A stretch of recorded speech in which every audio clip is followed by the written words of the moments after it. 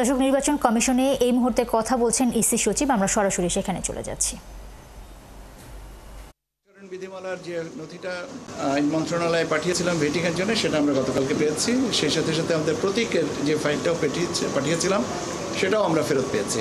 কাজে রাজনৈতিক দলের নিবন্ধনের কার্যক্রমটা যেটা চলমান আছে সেটার সাথে যে প্রতীকের একটা সমন্বয়ের ব্যাপার ছিল সেটা আমরা এক ধাপ এগিয়ে গেছি। এখন রাজনৈতিক দলের নিবন্ধনের নথিটা এখনও পর্যন্ত পর্যালোচনার পর্যায়ে আছে। যখনই এটা চূড়ান্ত হবে আমি আপনাদেরকে জানিয়ে দেব। আর কন্ডাক্ট রুল এবং অন্যান্য যে জিনিসগুলো আমাদের আছে সেগুলো পর্যায়ক্রমিকভাবে, কারণ কন্ডাক্ট রুলের সাথে আরপিওর সংশোধনেরও একটা সম্পর্ক আছে।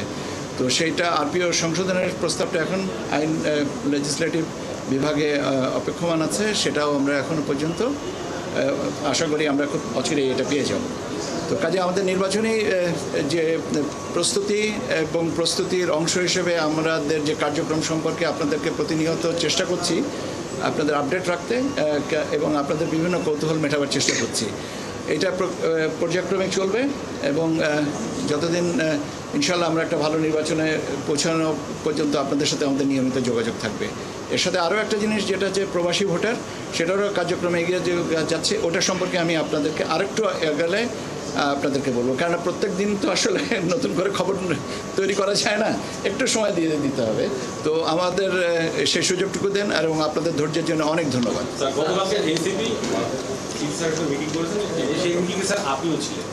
পরবর্তী যেটা বলেছে শাপলা প্রতীক তাদের চায় বা সাদা শাপলা লাল শাপলা যে সংশোধন হলো বিধিমালায়, সেখানে স্যার শাপলা প্রতীক সাদা শাপলা লাল শাপলা আছে কিনা, এবং সেক্ষেত্রে যদি তার নিবন্ধন পায় সেক্ষেত্রে এটাকে কীভাবে সুবিধা করবে?